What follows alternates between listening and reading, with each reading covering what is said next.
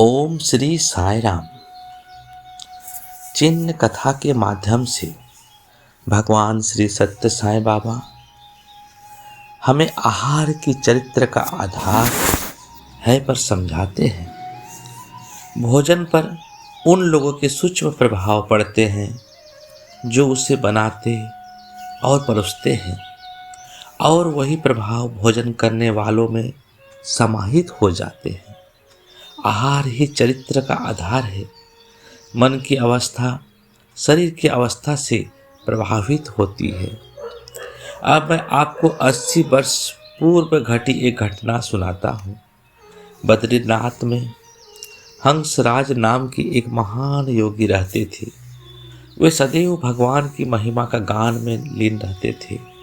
उनका एक शिष्य भी उनका ही निष्ठावान और सिंसियर था। कुछ दिनों से उस युवक को एक सपना बार बार सताने लगा, जिससे उसे शांति नहीं मिलती थी। सपने में वह 16 वर्ष की एक सुंदर युवती को अत्यंत पीड़ा में रोते हुए और करुण स्वर में पुकारते हुए देखता।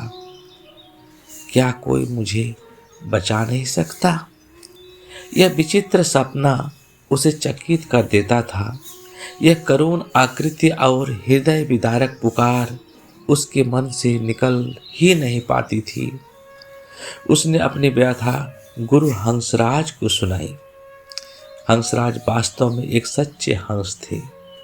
जैसा कि कहा जाता है, हंस दूध में से पानी अलग कर सकता है।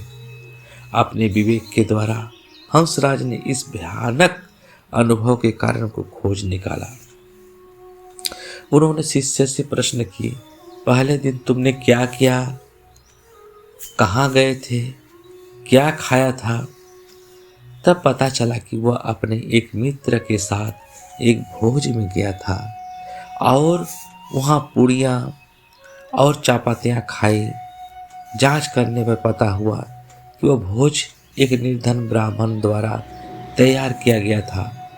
तब हंसराज ने शिष्य को भेजा कि वह पता लगाए कि उस ब्राह्मण ने बद्रीनाथ के साधुओं के लिए भोज क्यों और किस साधनों से आयोजित किया था। शिष्य को यह सब निरर्थक लगा। उसे लगा कि यह व्यर्थ की पूछताछ उसकी साधना में कैसे सहायक हो सकती है।